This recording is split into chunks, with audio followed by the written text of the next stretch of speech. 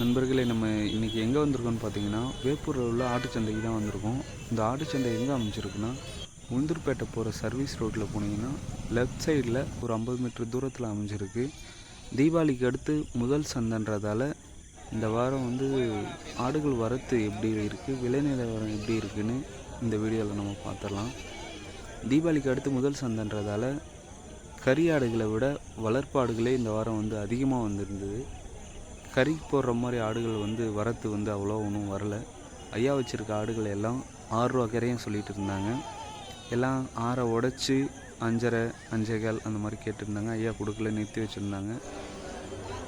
வளர்ப்புக்கு வாங்கணுன்னா இந்த மாதிரி ஒரிஜினல் கொடியாட்டு குட்டிகள் வாங்கணும். நமக்கு லாபகரமான பண்ணையை நம்ம நடத்தணும்னா இந்த மாதிரி குட்டிகள் தேர்வு முறையில் குட்டிகள் இந்த மாதிரி ஷைனிங்காக நல்லா போக்கான குட்டியாக இருக்குது பாருங்கள். எல்லாமே எந்த விதத்துலையும் விட்டு கொடுக்காத போக்கா. ஆடோட வளர்ப்பு குட்டியில் தெரியும்னு சொல்லுவாங்க. குட்டி எதுவுமே பங்கரை பாயாமல் முடியில் பங்கர குட்டி இல்லாமல் எவ்வளோ ஷைனிங்காக இருக்குது பாருங்கள். ஜோடி ஐயா 18 ரூபா சொல்லிட்டு இருந்தாங்க. இதில் சினக்குறாலும் இருக்குது, வெத்துக்குறாலும் இருக்குது. பல் போடாத ஒரிஜினல் கொடியாட்டு குறால்கள் அனைத்துமே இந்த மாதிரி குட்டிகள் தேர்வு பண்ணுங்க. எப்போவுமே இங்கே நிற்கிறது எல்லாமே 4 பல் 6 பல் ஆடுகள். இது எல்லாமே ஆடு 15 ரூபா கரையும் சொல்லிட்டு இருந்தாங்க. கிட்ட போனால் நெருக்கி கொடுப்பாங்க. இன்றைக்கி ஆடுகள் வரத்து தாராளமாகவே இருந்துச்சு. கூட்ட நெரிசல். இன்றைக்கி தீபாவளி கழித்து முதல் சந்தைன்றதால ஆடுகள் வரத்தும் அதிகம், விலை ரீசனபிளாக தான் இருந்துச்சு. வாங்கலாம். எப்போவுமே ஆடு வாங்கணுன்னா தரமான ஆடுகள் குறைவான விலையில் வாங்கணும்னா வேப்பூர் சந்தைக்கு வாங்க. இங்கே எல்லா விதமான நாட்டாடுகளும் வரும், செம்பரிகளும் வரும்.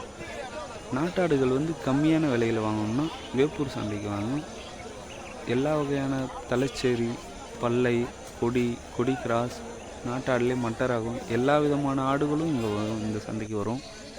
இப்போ பார்த்துட்டு இருக்க ஆடு பார்த்திங்கன்னா ஒரிஜினல் கொடியாடு. எல்லாமே 4 பல் 6 பல் ஆடு. இதில் வித்தாடு இருக்குது, சின்ன ஆடு இருக்குது. ஒரு ஐயா எல்லாத்தையும் 13 ரூபா கரையும் சராசரியாக 13 ரூபா கரையத்துக்கு வாங்கியிருந்தாங்க.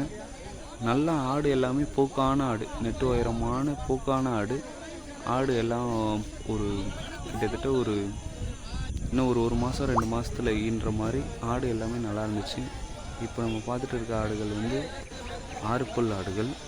இது எல்லாம் ஆடு சென ஆடு 14 ரூபா கரையும் சொல்லிட்டு இருந்தாங்க. வெத்தாடு 12 ரூபா கரையும் சொல்லிட்டு இருந்தாங்க.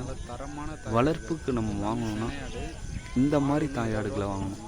பாருங்கள், என்ன ஒரு நெட்டு, என்ன ஒரு ரெட்டைக்குறுக்கு, என்ன ஒரு உடம்பு கனம் இருக்குது பாருங்கள். இந்த மழை காலத்துலேயும் உடம்பு விட்டு கொடுக்கல பாருங்கள். உடம்பு உடைச்சலே கிடையாது. இது எல்லாமே கை வளர்ப்பு ஆடுன்னு சொல்லியிருந்தாங்க ஐயா.